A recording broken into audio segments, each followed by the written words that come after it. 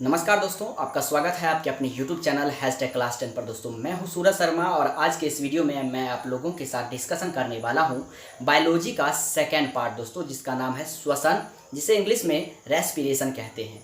तो दोस्तों इसके बारे में हम दो तरह से जानेंगे श्वसन का परिभाषा। एक लॉन्ग कट, जिसमें मैं आप लोगों को बताऊंगा कि श्वसन में हम लोग ऑक्सीजन ही क्यों ग्रहण करते हैं और कार्बन डाइऑक्साइड को बाहर ही क्यों निकालते हैं, कार्बन डाइऑक्साइड को ही क्यों नहीं लेते हैं, ऑक्सीजन को क्यों लेते हैं। ठीक है, तो इस सब के बारे में डिटेल्स में बताऊंगा जो लॉन्ग कट में होगा उसमें। उसके बाद मैं एक शॉर्ट में भी बताऊंगा जो आप लोगों को मात्र एक लाइन में श्वसन को समझ में आ जाएगा। लेकिन उससे पहले मैं आप लोगों को लॉन्ग कट बताऊंगा। ठीक है, तो चलिए इस वीडियो को शानदार तरीका से फटाफट शुरुआत करते हैं। दोस्तों आप देख पा रहे हैं श्वसन, बड़ा देख करके आप लोग भाग नहीं जाइए, मैं ये चीज़ आप लोगों को पूरा बेहतरीन तरीका से समझा देने वाला हूँ। श्वसन की परिभाषा दोस्तों दो तरह से बताऊंगा।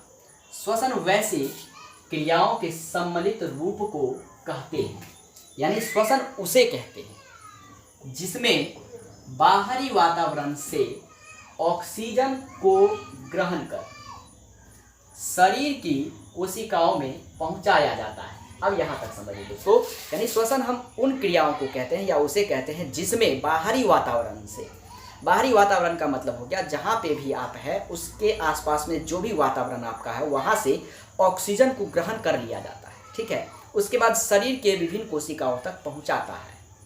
ठीक है, यहाँ तक तो समझ गए।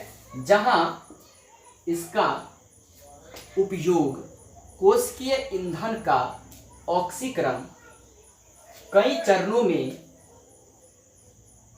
विशिष्ट एंजाइमों की उपस्थिति में जैव ऊर्जा का उत्पादन किया जाता है। अब आपको यहाँ नहीं समझ में आया होगा दोस्तों, यानी पहला बात हम क्या किए कि श्वसन हम उसे कहते हैं जिसमें बाहरी वातावरण से ऑक्सीजन को ग्रहण करके शरीर की कोशिकाओं में पहुँचाया जाता है। ठीक है, उसके बाद उसका उपयोग जो है जैसे ही शरीर में पहुँच जाता है तो उसका उपयोग कोशिकीय ईंधन को दोस्तों ग्लूकोज भी कहते हैं। और इसके बारे में मैं आप लोगों को इसी वीडियो में डिफिनेशन लिखाने वाला हूं और इसका रासायनिक सूत्र भी मैं लिखाने वाला हूं। ठीक है, लेकिन इसके बाद फिलहाल समझ लीजिए जहां इसका उपयोग, किसका उपयोग, जो ऑक्सीजन हम लोग शरीर में ग्रहण किए हैं उसका उपयोग कोश के ईंधन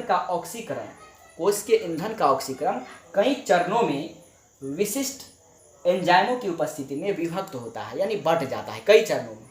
तो उसमें एंजाइमों की उपस्थिति में जैव ऊर्जा का उत्पादन होता है। यहाँ पे जैव ऊर्जा को दोस्तों एटीपी कहेंगे, जिसका फुल फॉर्म आप लोगों को आई बटन पे ऊपर मिल जाएगा। दोस्तों उसमें मैंने ATP, HIV, AIDS, ADP, AMP और इसके बारे में मैंने पूरा डिटेल्स में फुल फॉर्म को हिंदी और इंग्लिश में बताया है मीनिंग के साथ। तो वहाँ से आप लोग जा करके देख सकते हैं आई बटन पे। ठीक है, आगे बढ़ते हैं। जैव ऊर्जा किसको कहते हैं? ATP को। इसका उत्पादन किया जाता है या उत्पादन हो जाता है तथा इस क्रिया से, यानी जो उत्पादन हुआ उस क्रिया से उत्पन्न कार्बन डाइऑक्साइड गैस, ये CO2 क्या है? तो कार्बन डाइऑक्साइड गैस है। इसको फिर कोशिकाओं से शरीर के बाहर निकाल दिया जाता है। इसे ही हम श्वसन कहते हैं। उम्मीद करता हूँ कि आप लोगों को 90% समझ में आया होगा और 10% समझ में नहीं आया होगा। फिर से समझिए, बहुत बारीकी से समझना है दोस्तों। यानी श्वसन हम उसे कहते हैं जिसमें बाहरी वातावरण से ऑक्सीजन ग्रहण करते हैं शरीर की कोशिकाओं में पहुंचाया जाता है, जिसका उपयोग कोश के ईंधन जो एंजाइम की उपस्थिति में बढ़ जाता है, विभिन्न कई चरणों में विभक्त हो जाता है, बढ़ जाता है, जिसमें जैव ऊर्जा का उत्पादन होता है। दोस्तों एंजाइमों की उपस्थिति में जैव ऊर्जा का उत्पादन होता है, ये आपको काम आ सकता है ऑब्जेक्टिव में। किसकी उपस्थिति में जैव ऊर्जा उत्पादन होता है? एंजाइमों की उपस्थिति में जैव ऊर्जा का उत्पादन होता है तथा इस क्रिया से जो उत्पन्न होता है कार्बन डाइऑक्साइड गैस, उसको फिर से शरीर के विभिन्न कोशिकाओं से बाहर निकाल दिया जाता है। ठीक है, उम्मीद करता हूँ कि आपको अब पूरी तरह से समझ में आ गया होगा। अब मैं आपको ऐसा बताने वाला हूँ श्वसन का परिभाषा जो मात्र एक लाइन में आप लोगों को हमेशा के लिए याद हो जाएगा। ठीक है, चलिए उसे भी देख लेते हैं। ध्यान से देखिएगा दोस्तों, श्वसन का मात्र एक लाइन में डेफिनेशन हो जाता है, जिनके द्वारा शरीर में ऊर्जा का उत्पादन होता है उसे श्वसन कहते हैं। था ना, एक ही लाइन में। यानी शरीर में जिनके द्वारा ऊर्जा का उत्पादन होता है उसे हम श्वसन कहते हैं। याद हुआ? जिनके द्वारा शरीर में ऊर्जा का उत्पादन होता है उसे क्या कहते हैं? श्वसन कहते हैं दोस्तों। श्वसन की दो अवस्थाएं होती है। कितनी अवस्थाएं होती है? दो अवस्थाएं। पहला है अवायवीय श्वसन, अवायवीय श्वसन या अनॉक्सी श्वसन, दोनों का एक ही नाम है। इंग्लिश में कहते हैं एनएरोबिक रेस्पिरेशन, एनएरोबिक रेस्पिरेशन। दूसरा है दोस्तों वायवीय श्वसन या ऑक्सी श्वसन, जिसे इंग्लिश में एरोबिक रेस्पिरेशन कहते हैं, एरोबिक रेस्पिरेशन। ठीक है दोस्तों, यह बायोलॉजी का सेकंड पार्ट यानी सेकंड चैप्टर का पहला पार्ट है, ये याद रखिएगा, ध्यान दीजिएगा। और पार्ट बाय पार्ट आप लोग नोट्स बनाया कीजिए। इससे क्या होगा? आपका बेहतरीन तरीक़ा से सिलेबस कमांड हो जाएगा। दोस्तों कभी कभी आपको श्वसन क्रिया का समीकरण पूछ देता है, तो बहुत शानदार तरीक़ा से मैं आप लोगों को याद करा देने वाला हूँ। अभी जीवन भर आपको रटना नहीं पड़ेगा। C6H12O6 इसे ग्लूकोज कहते हैं, और ग्लूकोज को कोष के ईंधन भी कहते हैं, ये याद रखिएगा। प्लस O2 6O2, O2 को याद रखिए। O2 क्या है आपका दोस्तों? ध्यान दीजिएगा दोस्तों, श्वसन क्रिया का समीकरण अक्सर पूछ लिया जाता है, और ऐसे में आप लोगों को बताने वाला हूं जिससे आप लोगों को जीवन भर याद रहने वाला है। यकीन नहीं होता है? ध्यान से देखिए। C6H12O6 ये ग्लूकोज का रासायनिक सूत्र हुआ, अणुसूत्र हुआ। ठीक है, ग्लूकोज। और ये क्या है? ये ऑक्सीजन है, 6O2 ऑक्सीजन। ये जो 6 देख रहे हैं आप घबराइए नहीं, बहुत शानदार तरीका से आपको याद हो जाएगा। मैं आपको पढ़ के सुना रहा हूँ। ये एरो और ऊपर में क्या है? एंजाइम। एंजाइम की उपस्थिति में पढ़े थे। और बनता है ये एरो के ठीक बाद जो होता है वह बनता है, यानी CO2 carbon dioxide, 6CO2 carbon dioxide gas है, 6H2O जल है, उसके बाद ऊर्जा उत्पन्न होता है। अब ये समझिए दोस्तों, कार्बन डाइऑक्साइड का क्या होता है? CO2, ये याद रखिए।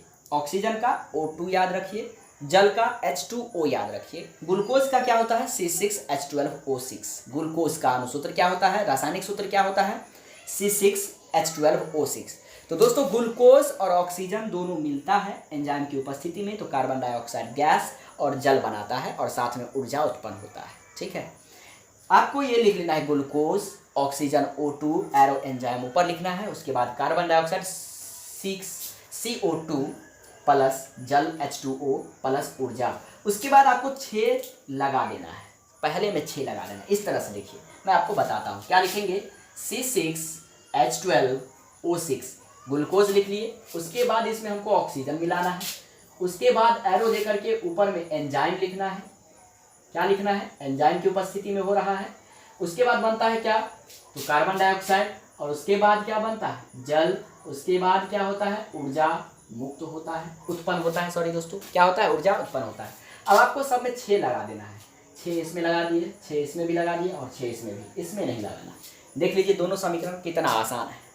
उम्मीद करता हूं कि आप लोगों को ये बहुत ही शानदार तरीका से समझ में आ गया होगा। दोस्तों इसे याद रहना तो जरूरी है, लेकिन सबसे ज़्यादा जरूरी क्या है वो मैं अब आप लोगों को बताने वाला हूं। यानी कि कोष के ईंधन किसे कहते हैं, ग्लूकोज क्या है, उसके बारे में मैं आप लोगों को बताने वाला हूं। ध्यान दीजिएगा दोस्तों ध्यान दीजिएगा। कोष के ईंधन या ग्लूकोज किसे कहते हैं, इसका रासायनिक सूत्र क्या होता है? C6H12O6। कोष के ईंधन या ग्लूकोज का रासायनिक सूत्र होता है C6H12O6। ठीक है, इसका परिभाषा होगा जैव ऊर्जा के उत्पादन के लिए कोशिका कई स्रोतों का उपयोग करती है।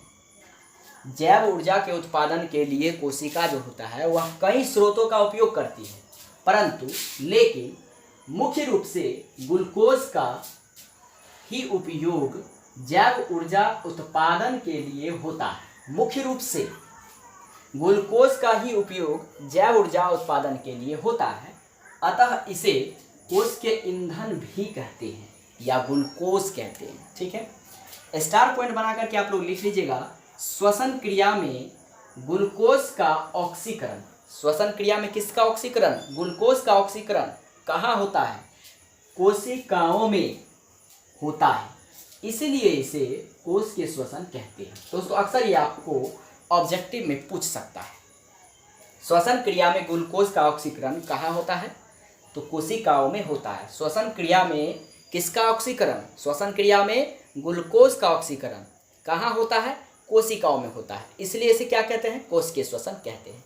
दोस्तों उम्मीद करता हूं कि पार्ट 1 में आप लोगों को बहुत ही शानदार तरीका से समझ में आ गया होगा। थोड़ा सा दिक्कत हुआ होगा आपको आवाज़ को लेकर के, वॉइस को लेकर के। दोस्तों प्रॉब्लम है, माइक खराब हो चुका है, वो भी प्रॉब्लम बहुत जल्द दूर हो जाएगा। लॉकडाउन ख़त्म होने के तुरंत बाद ही माइक बहुत जल्द नया आ जाएगा, तो उसमें आप लोगों का आवाज़ क्लियर हो जाएगा। तो उम्मीद करता हूं कि मेरी सारी बातें आप लोगों को समझ में आ गया होगा। वीडियो पसंद आया तो वीडियो को लाइक कमेंट शेयर जरूर कीजिएगा दोस्तों। और 2 बातें याद रखिएगा। पहला बात ये, यदि आप हमारे चैनल पर नए सब्सक्राइबर हैं तो चैनल को सब्सक्राइब करके बेल आइकन को दबाना मत भूलिएगा। और दूसरी बात है दोस्तों कि हमारे चैनल पर आप पहले से सब्सक्राइब किए हुए हैं तो आपका बहुत बहुत धन्यवाद। तो मिलते हैं नेक्स्ट वीडियो में, तब तक के लिए जय हिंद, वंदे मातरम।